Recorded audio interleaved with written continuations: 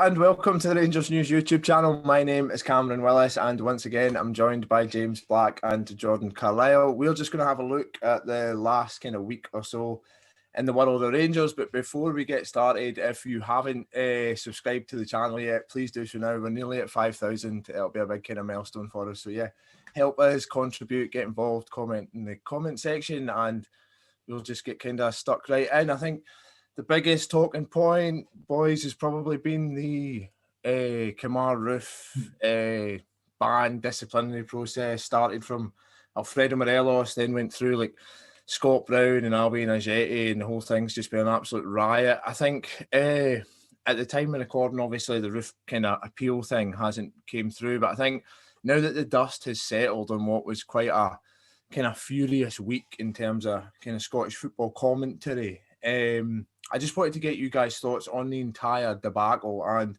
the kind of disciplinary process as a whole. James, we'll go to you first. What do you think? I mean, the process itself is just a shambles. And there seems to be the last few weeks at least, because there seems to have been a change from it being the actual compliance officer to now having this legal firm taking charge. They seem to be kind of a wee bit more scattergun in their approach. They are taking kind of a few more things on, but when you're looking at some of the stuff that they are taking on against some of the stuff that's getting ignored, it's just a crapshoot. You know, it's your luck as to if you're going to get cited or not. And as Rangers says, there needs to be just more transparency, more clarity over exactly how the process works. What about you, Jordan? What do you think about the entire thing? It's just it's a strange one, and it just obviously there hasn't been enough. Even if there have been tweaks and stuff in recent times, it just hasn't been enough to make anyone really happy with the situation. I don't think anyone involved at any club thinks that it's sort of fit for purpose. It's one of those things where I think there's always going to be human error, or there's a potential for it to a certain extent, because it's not even as if, obviously, in terms of refereeing decisions on the pitch, if you bring in VAR, a lot of them are going to be black and white. These situations sometimes, or in nearly all cases, are open to interpretation. But it's just the fact is the incidents being re-refereed that are clearly seen at the time, it's just totally farcical. Because if the wrong decision is made, that's fine. But the thing is that it has an impact on that match, and then that's been and gone. You know, so if Morel should be sent off 40 minutes into that game, but it doesn't happen, it doesn't help Hibs from to be banned for 3 games afterwards. The decision, it harmed them at the time, and then you move on from it. I think it's slightly different though. I think the Morelos one, like, that is something that was sort of done off the ball, kind of, in a challenge like that. I think Roofe's one is just a tackle. It's just like a coming together. It's a bad one. You know, it was dangerous and he probably should have been sent off. But I mean, it's just a tackle. It's nothing more than that, a bad one. But it's not something completely off the ball, a ridiculous incident that needs to be revisited. The referee is literally looking at it, sees it, says a yellow card. It's a yellow card, and then you move on. And I don't think you get a case where, if it's an Old Firm and a Celtic player should be sent off for a tackle like that, if there wasn't this culture of revisiting things, I think everyone would be raging that he wasn't sent off at the time.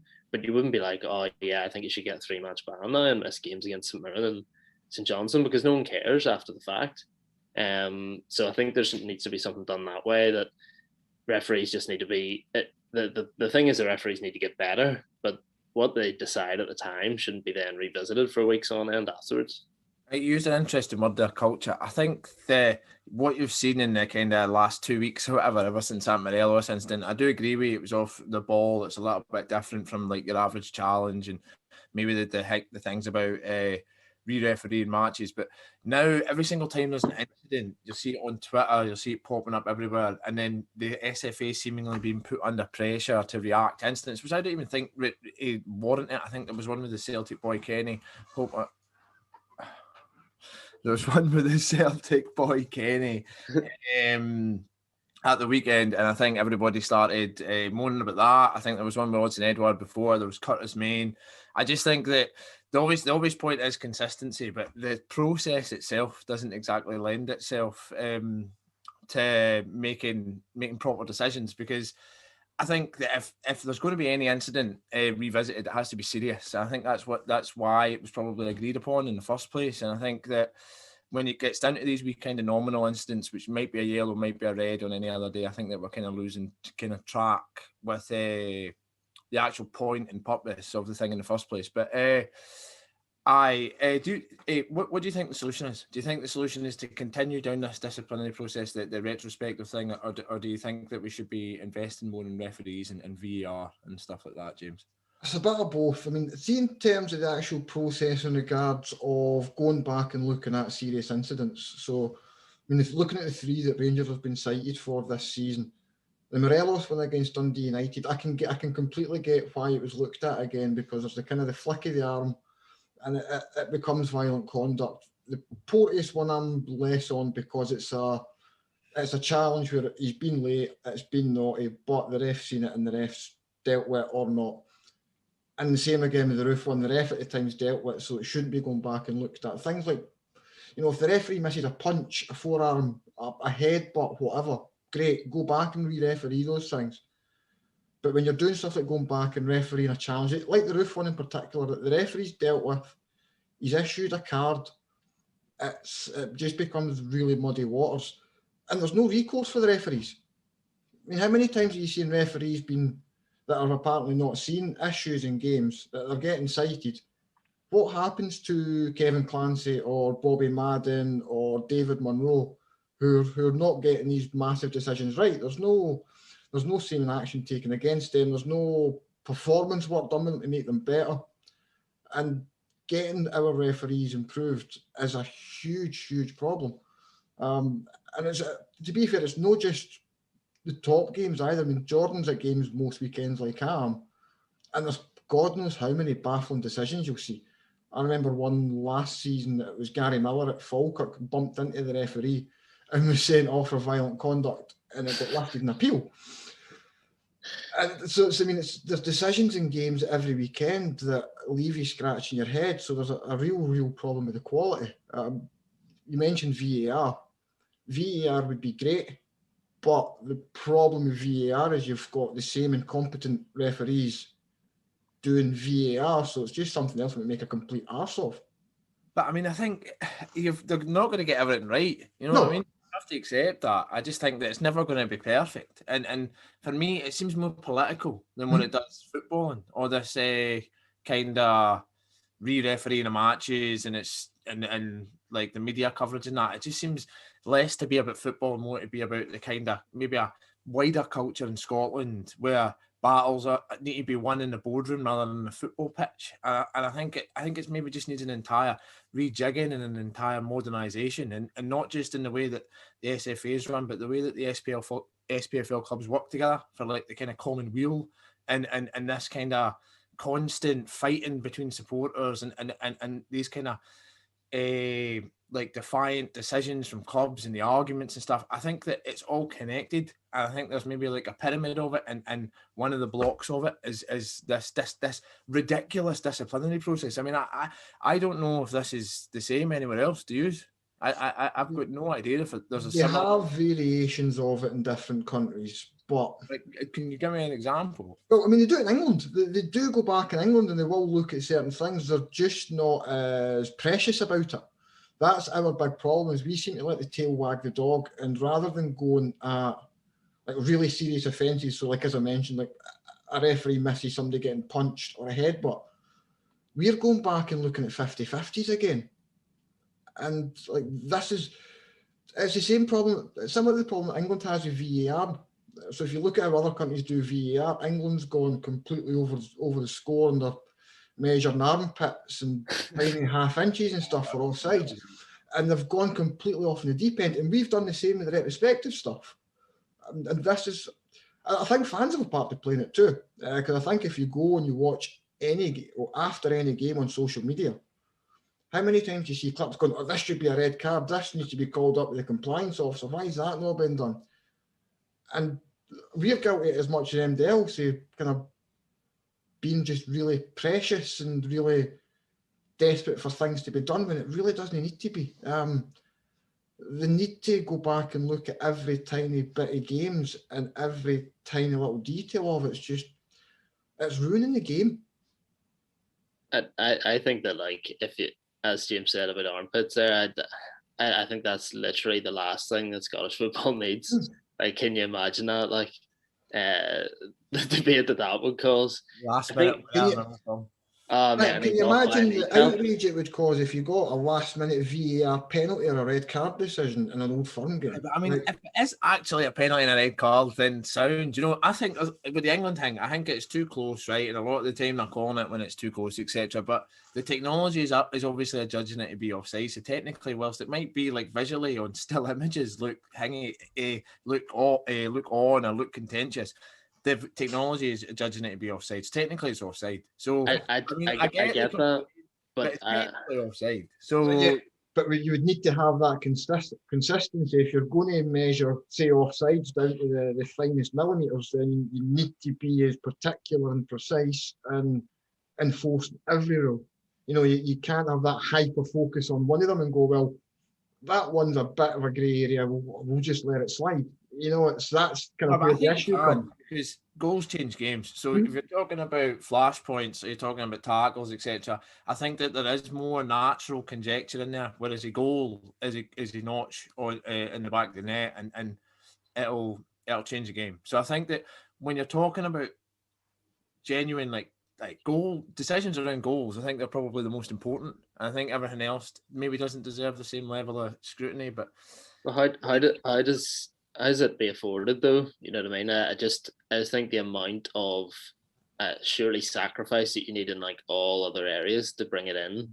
But how much does it cost to do these meetings and stuff? How much does it cost to do retrospective action to bring? I don't know, but like the thing is the technology, because you also need refs, like qualified refs, to man it as well, and the studios and all that, and I just think that I don't know the numbers, but they must be massive, and that they can't even get a sponsor for the leagues half the time. So, in terms of the money that's there in comparison to what the Premier League teams are bringing in, or any of the like top 5 leagues in Europe that have it, I just think it's a different situation in Scotland, and it just has the potential to make it worse. I think they need better referees as the priority. Absolutely not, but definitely need better referees, because when was the last time you went 3 games without picking out massive mistakes? Yeah, I know, it just doesn't happen. Like it's just a constant thing, and I think you're right as well. See, talking about culture-wise, see that how do you break that wheel though? You know, where as soon as someone sees a challenge, it's they should be going to the compliance officer because our player got done last week. How do you possibly end that unless you actually do some sort of revamp of the system? But I just don't know if there's enough people making good decisions based on what happened around the whole end of the season last year, and how long that took to make a decision, and how unpopular the board and stuff was of the SPFL. Like, are there enough good people in those positions and intelligent people making those decisions that could actually bring something in that was different and less controversial? But I think there's going to be an inherent issue in Scotland anyway, because of the nature of the rivalries and stuff like that. It's going to be very hard to get away from that. But there's surely a way to do it better. I think maybe they tried that when they brought in. I mean, I know I've been going on about this for about 15 minutes or something like that, but it's obviously a big talking point. But I think they tried to do that with like bringing in like Neil Doncaster and stuff. You know what I mean? And try to say like, oh, this is like a neutral kind of guy here in this position. But I mean, I don't know. Personally, I think Scottish football just needs modernised. I think that the clubs need to understand, regardless of the fans and stuff. I think that they need to work together to ultimately produce a better product and produce more kind of revenue into the league, more interest into the league, and less kind of this kind of blazer fighting that we get here. And I just don't think that it's conducive to the advancement of the game. And I think it's a harking back to, like the Murray and then through to Lawwell and stuff. And I just think with like these guys, with like Lawwell in particular leaving, I think it should maybe herald a new kind of approach in Scottish football governance. And I think it's an opportunity now for Scotland to move into a more kind of positive direction off the pitch. And I think disciplinary process is just one part of it. I think the entire thing is old and outdated and not fit for purpose. But anyway, let's move on to the Hamilton match. Obviously 1H, so much has been made about it. It's been like a lot of fans are very, very disappointed with the performance, and quite rightly. But James, what did you think about the match as a whole after a couple of days to digest it? You know, it was just turgid, and it was one of these games where you look at the last few weeks and you probably felt it's maybe been coming at times anyway. How they react to it's going to be the big thing for me, but too many big players just didn't show up, and it took the likes of Jack and Davis coming off the bench late on before Rangers could have done anything of real note. So lots of lessons to be taken away from it, but it's a small speed bump. What about you, Jordan? I mean, it's concerning from that point of view. I think that's the main concern from the game, is the fact that changes were made, and on paper the team was considerably stronger than the opposition, who are struggling at the bottom of the league, and there was nowhere near enough in terms of performance. But I mean, it's something that it's just so easy to move on from because of the situation that Rangers are in. Like, they should just be moving on from it. Obviously, they've got a rocket from Gerrard, and I imagine that'll ensure that no such sort of, I don't know if it was a lax attitude, but it was just, there was a lack of urgency in the game. Like, and I think there's no danger of that happening again in the coming weeks after that. So it's something that obviously is needed every now and then. I think that the players aren't robots either, so they've been going at it for months now with very high standards. So the odd slip up can be expected, but the fact that it was a draw, an unbeaten record still there, no one's going to be thinking at the end of the season, if Rangers go unbeaten, they were really, it was a disastrous display that day at Hamilton when they scored last minute. Like, no one's going to care if you win the league and do all that. So it's to me, it has been quite built up, and obviously we need to do quite a lot in terms of coming out of the game, and there's been quite a lot of media coverage, but it's not a huge deal as far as I'm concerned, and that I think it's just something that didn't quite go to plan, but it was far from a disaster then, and that now that the dust has settled, it's just probably plenty to work on. But yeah, I think that's the only positive, is the fact that we didn't get beaten. But it was a really, really poor display, really, really disappointing. I think probably the St Mirren match is probably the only one that really kind of matches it, and we're lucky to keep the unbeaten record intact now. Obviously Allan McGregor was the man of the match, pulled off, I think it was 6 saves. I think that was his most of any match this season, if I'm not mistaken. Everything's been said about what he said at the end of the game, called it rubbish, said that he would rather play poor and win. He came out firing, man, and Rangers fans obviously loved it. But James, what did you make of them comments? Said for me, McGregor and we'll move on to Davis after him, but them two guys are part of the reason, when we do get it over the line, are part of the reason why. And do you think that exemplified that? Yeah, it was absolutely spot on. It's hard to argue with anything that he said. You'd much, and I've said it before countless times as well, I would much rather watch Rangers grind out a 1-0 than beat Team 7-8-0 every week, because you know that it's going to get you over the line, and that's the important thing. You're not going to play great football every single week. Every great team has wee dips in form. We're having one just now, but by and large, they're still grinding wins out. So McGregor was completely right to come out and have a go at them. And as I said, there's too many guys didn't show up. And players like McGregor and Davis, who've been over the course before, McGregor's won the title, he's been there and done it all. His experience is going to be vital for the guys at Havney. And when he's coming out and giving them a rocket, and he's somebody that rarely speaks in the press. How often do you see a McGregor presser? It's few and far between. So when he comes out and gives it that, then the players have to listen. What did you think of the big man's comments, Jordan? I just think it's funny, and like he's just so like, his face is always like that. That's the thing. Like, he's just always deadpan. But I just think it's good, because you have players in that group who have come in to a team that was obviously a strong enough unit. A lot of them have made it better this year, and the results have been brilliant. But there's been no setbacks really of any description other than St Mirren game. But I reckon, if he's coming out and speaking to the press, he'll obviously been saying a bit in the change room as well. And a lot of those players coming in from different countries, even coming up from England, will not have seen anything like that before. I don't think. A guy who I imagine is probably pretty physically scary when he's giving it stacks like that in the changing room. And I think it's needed. You need people who have a lot's been made out of the fact that I think a few people have sort of wrongly said that no one in this Rangers team have won anything. When obviously McGregor and Davis were there before, and I think you need to have people who know what the club's about. So obviously you have guys like that who know the days of old when it was just, if you don't win a trophy, that's a failure. Any given trophy that you're knocked out of and all that sort of stuff. So he just knows about the club, and I think it's refreshing, isn't it? Because you normally, you see people come out and you say, oh, it wasn't great, but, we dust ourselves off and move on one game at a time, fire out all the cliches. And he literally just came out and said what he thought. It wasn't good enough. And yeah, I think he's keen to take the sort of limelight away from himself. Obviously, you see all the time he'll pull off a fingertip save and then protest violently the referee that he didn't even touch it. Should have been a goal kick. So he doesn't like to take the credit too often. And I mean, he was brilliant like in the game.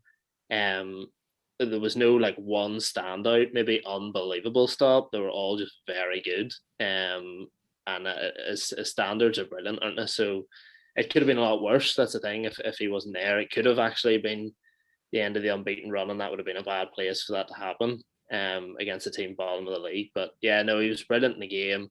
Best guy to come out afterwards and speak, and I think he did it well. And it's what Rangers fans want, isn't it? They want to see people hurting after a bit of a slip up, and he clearly was.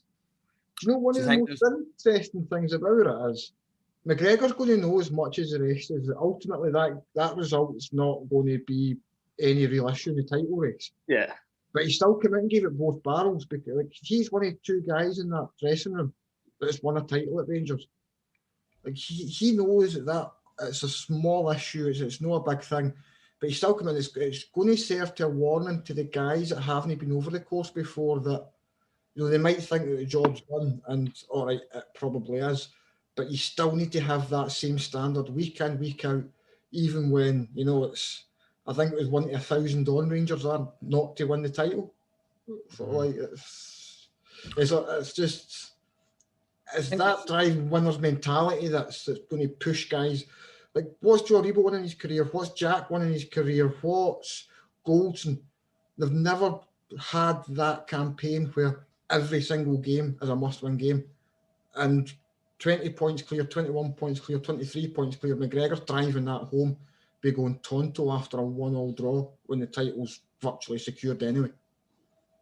I think it's just about making sure that it doesn't happen again next week as well. You know what I mean? I think we're going into that Kilmarnock game. It's going to be a tough game. I know it won't be Tommy Knight's first game, which gives me a little bit of relief because it was his first game and they might come out like really committed. But I think they've got Motherwell in midweek.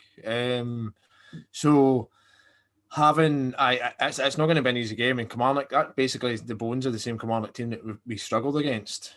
With Gerrard, with a manager probably reverting back to kind of type of this kind of Steve Clarke era. So I think important message to send to players that might think we might just mosey onto this, because if we end up slipping up like the next two matches or whatever, the pressure suddenly begins to mount, and it's not worth it. Just keep on top of it and get it over the line. The other veteran player, obviously Davis, he came on, put the pass through Barisic for the cross, changed the game. He's a top player. Obviously he's aging. He's now 36, I think. We might maybe get another season out of him or whatever, but he plays so much football, we're eventually going to have to replace him. How vital is that, James? That was massive. And the thing is, when you look at some of Rangers' transfers over the last couple of seasons, there's kind of been a couple of moves. So Bongani Zungu and Lasana Koulibaly are two that kind of spring to mind that have been looked at as potential long-term players in that role. Neither's come close to living up to the potential that was hoped to have had. And it's one of the kind of areas where Gerrard has maybe struggled for me a bit. Like, see, bringing centre midfielders in. I mean, Ryan Jack was at the club already. Davis was a known quantity, and Kamara's one that he's got absolutely spot on. He's tried. Sorry, Signed Arfield as well. Yeah, but Arfield's never only really kind of been used there later on. When you look at his first kind of season at Ibrox, he was used much more in the kind of wider, more attacking roles. It was never in that kind of the central three. But again, he's another one, a real known quantity as well. And I think replacing Jack Davis, is going to be, because you're only going to get, maybe next season, one more after that out of him, I'd think. Because he's not going to be somebody I see that's going to work his way down through the leagues and, finish his career like something like Roy Carroll has and play till he's 49 or whatever age he is now. I reckon Davis will retire at Rangers and he'll ride off into the sunset. So we need to get somebody to replace him like very, very soon. Jack's had his injury problems, which mean that you can't rely on Ryan Jack to play 9 games out of 10 across a season. So you really need to get somebody that's going to be able to come in and rotate with those two, Jack and Davis, and ultimately replace Davis long term. Aye, so I mean, you touched on Zungu there, Jordan. I know you're obviously a big Stephen Davis fan. I mean, I'm not going to sit here and compare him to Davis. But I think there's a few voices on like Scottish football social media that have said that if Zungu is going to play in a position, it would be in Davis's position, etc. And he obviously came in for huge criticism at the weekend. I'm not asking you to see the man to replace Davis, but do you think some of the criticism's been over the top? Do you think that is warranted, and what are your thoughts about the kind of long-term Rangers post Stephen Davis? Yeah, I think it was I think it was over the top. I think that's the case with social media, though, isn't it? Like, if it doesn't matter what the team, if it's a high-profile team and a player comes in and doesn't do the role they're supposed to do, it's pretty violent now, isn't it? The backlash. Especially when you add that result into it. See, if you won, they never have got half that backlash against Zungu he did on Sunday. Aye, but yeah. Aye, sorry, man. You go. No, so I just think that I thought he was just far too passive. It wasn't as if the guy was going out there and it looked like he'd never seen a football before in his life. I think he gave the ball away once or twice. There was one when he was facing his own goal. It was poor. But I just thought he was too passive. And my thing that I haven't really seen him at any stage in the games he's played play at a different pace. He just does stuff at the same pace. I think he looks neat and tidy on the ball a lot, and he'll pass and receive and stuff like that. But it is just, it's not even slow. It's just medium. There's just nothing. Whereas Kamara is that guy who can, it takes 1, 2. I think Kamara had a poor game, and that's obviously overlooked. And maybe he's earned that because he's been brilliant all season. But the thing with Zungu is that I always sort of had I had reservations about the move because of the way the whole thing worked out. They were linked with him for months, didn't actually get him until October, which is very late in the season. There's a lot, already 2 months in. Then he has to have 2 weeks in quarantine. So he's not actually playing until November. And then he's only actually on loan until the end of the season. And then they're going to have to make a decision on whether to make him permanent or not. And it's not as if you have lots of games coming up that you can just throw him in. That doesn't really matter. They're all must-win games. So, I mean, that's his first start in the league. But the thing is that I don't think you can say, oh, no, he hasn't had time to settle, because he has, and you're playing away at Hamilton in a game where you're going to have a lot of the ball, and he did. He just didn't do enough with it. So, yeah, I think the criticism was over the top, but it wasn't a good performance. And I just don't think, I think the writing's been on the wall for a while from him. I think Offabor can obviously play defensively. I don't know if he's that sort of distributor like Zungu and Davis are, but I just can't see them making the deal permanent for a couple of £1 million when he's only played the guts of maybe a total of cumulative minutes, maybe 3 or 4 games, something like that. And in terms of the long term for Davis, I think there's absolutely no sign that you wouldn't get another full season out of him at least. So I don't think it's pressing in that way. And I think I was maybe saying recently about Morelos and the fact that Rangers still haven't got someone that can play in that way. And you were saying, Cammy, that obviously it's because he's quality. And I think that's the case with Davis as well.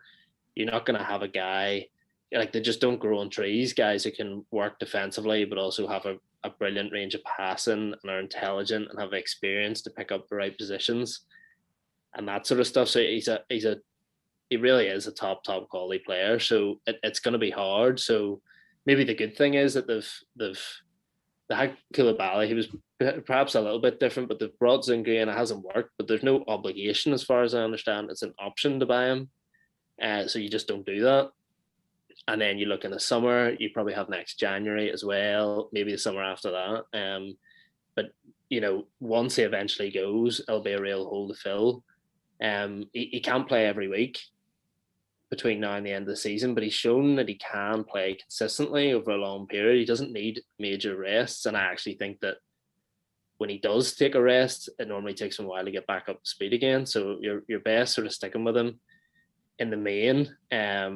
And I think it was just clear without him in the team at the weekend how much Rangers lose, because he was the best player on the pitch for the last 12 minutes.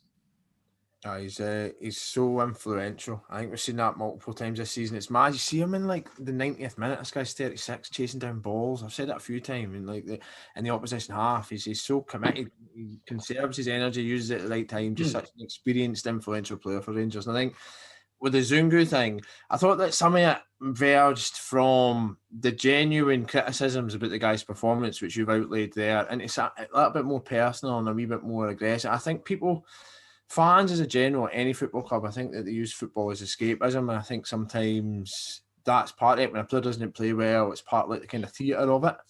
But I thought some of it was a little bit over the top. I don't think it was merited. I don't think I've seen enough of the guy, but sometimes his attitude frustrates me. I think that when he came in, he kind of swaggered in on social media and stuff, and I can actually remember him once arguing with a fan, I think, about a fan complained about a draw, and he was like, calm down, it's fine, and I was like, I don't think that's how you're going to engage yourself. That was South Africa, wasn't it? Aye, I was no, it was a Rangers fan, I'm sure, after a Rangers draw. Oh, I think there was a game where they were playing that team. I'd never even heard of the country before. They're such minnows.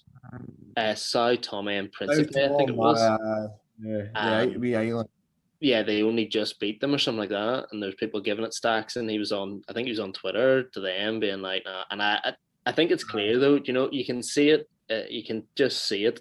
If a player comes into Rangers and they're all over social media, they're putting themselves up for a fall, like, because there's such a big presence in terms of fans on there, and the standards are so high that maybe at Amiens it doesn't really matter.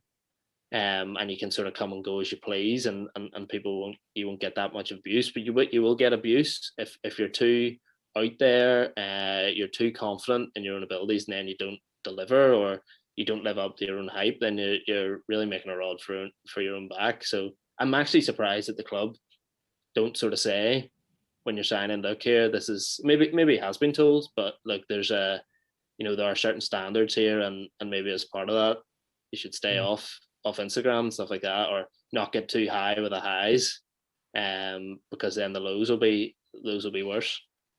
Exactly. I personally, as it stands, don't think Rangers will sign him unless they have to. I just can't see it. But I think he's even when he gets subbed against Hamilton, I thought that his kind of reaction to being subbed was a wee bit like kind of passive, like you say, like shrugging the shoulders, and he didn't look as if he was like committed to the game. What were your thoughts on Zungu's performance, and do you think some of the criticism has been over the top, James? The criticism's definitely been over the top. I think it's amplified simply by the fact that it was such a poor result and kind of poor overall performance. But at the same time, the guy's really kind of flattered to deceive, and as Jordan says, everything's just at a kind of nice tepid tempo for him. So it's no shock that he's no set the world alight, and there's no chance he's going to sign permanently. I'd be amazed if Rangers made this move permanent for him. He's obviously got to be a good player, South African international, you know what I mean, and he's highly rated there. And I think sometimes you just get players, just certain leagues and certain styles of football just don't mesh with them. I think he's a perfectly talented footballer. He's just not someone who suits how Scottish football tends to be played. I think his best game so far is the one away in Poland, when Rangers were playing a slightly weakened team and they were having to repel attacks and stuff. I thought he was quite physical.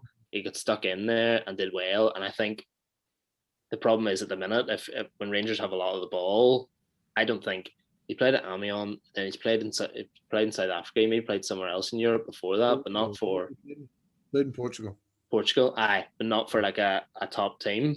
So he's not used to just having the ball, and then having to break teams down. He's too nice in front of that. I think he's a good.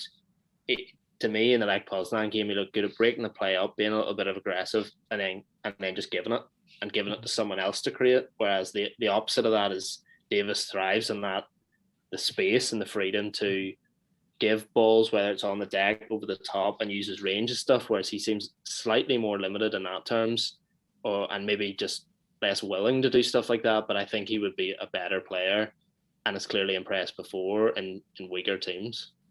I think it doesn't help him. The fact he's 28, 29 really doesn't help him. Because if you're going to be looking at signing him permanently, you're going to want somebody who's either kind of right at the top of their game right now, and at 28, 29, you'd be expecting that, or someone like a Jack Simpson or Scott Wright, who you're looking at as being someone that's going to develop into being a regular first-team player at Rangers. Zungu doesn't tick either of those boxes. What about Scott Wright, by the way? I thought when he came on, he did all right. And there was a time when he squared it to Tavernier, but he really should have shot. You know, he took up a good position, and I think he just kind of flaked out the shot. But what did you think of his performance? It'd be good to see more of him, but it was only like a brief cameo, so there's not a huge lot you can really look into it for me. Yeah, I thought he looked bright. Again, I think he created that situation for himself. Mm-hmm. And then I thought it was strange that he did pass, and it was almost it was very relaxed, very sort of, just offloaded there. Like, it was almost like a no-look pass. It just seemed a very strange option to take in that area. And I think that's maybe something that's obviously a very, very small example. But when you look at his career stats, he's maybe not scored enough goals and created enough in terms of actual assists for the ability that he has. So that's something that Rangers, I imagine, will be working really hard on with him, because as a player in the attacking third, that's obviously the key, bringing more numbers, and that's what Kent talks about, that's what Aribo talks about, all these guys are working on. So I think just on first glance, in terms of in a Rangers shirt, he looked bright. But yeah, he'll hopefully get more runouts, I think, for longer periods over the rest of the season. Okay, so the result obviously kind of means that Rangers what now, 21 points clear? Is that what it is? 21? Yeah. Celtic play one of their games in hand this week, and then eventually we're going to be neck and neck with them again. Is that result going to have any bearing, any impact on the title race? No, none. Anything? No, I think that if we don't get a result against Kilmarnock at the weekend, I think questions are going to start coming up as being bottlers again, and I think it will heap the pressure on us. But I think even if we did go through a period where we were kind of flipping from poor result to poor result, I still think that we'd have too much. But if we can't keep playing like that, in my opinion, it was very, very poor. But hopefully a return to winning ways against Kilmarnock. The other kind of big news was maybe the £2.5 million cash injection from Club 1872, which came, I think they were the commitment that people had made to like the Dave King share issue. They instead put it into the club. A good thing, surely. Yeah, assuming that they hit the target and they can get the numbers that they're looking for. I think we're talking that the first tranche is going to be paid next month, and then the balance paid in June. So yeah, if they get the money, it's much better that the fans' cash is going into the club directly than going into Dave King's pocket.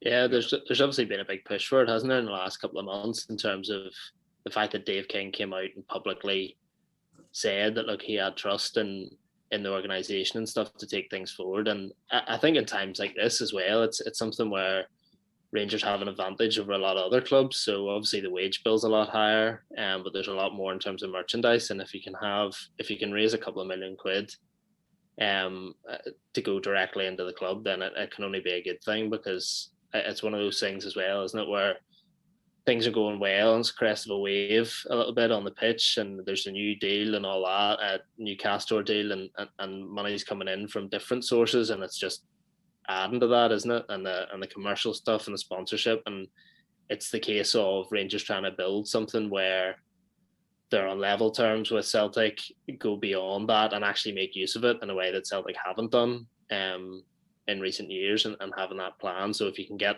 stuff coming in from supporters and injection, then yeah, I think it is a good thing. Awesome. So yeah, looking ahead to this week, obviously the major kind of things that come out is the result of Roofe's ban and then the Kilmarnock game. Is there anything else you guys wanted to touch on? No, I think that's kind of everything. Yeah, I think the Roofe one will be interesting just in terms of options for that Kilmarnock game. We'll know more then, but if he's banned, then it's really only going to be Itten who's the properly fit striker for the game. So potentially another chance for him, even though the last one at the weekend didn't really work out. But yeah, it'd be interesting to see how that goes. I'd be surprised if they change it, but I mean, how much of a farce would it be if the referee saw it, he gave me a yellow card, then the compliance officer went to the panel and then they issued him with a notice of complaint and then they appealed it and then they overturned it. What a shambles that would be. I think it'll probably get overturned now. I don't think honestly, I don't think Rangers would be going to the appeal level, going to this if they didn't think that they had a solid case. And I think at this point it'll probably just all that time and effort and money and reams of newspaper wasted, man. Do you know what I mean? Yeah. I do. I think it. But at any rate, thank you so much for watching. If you haven't already, please like the video. Please subscribe to the channel. We're almost at 5k subscribers.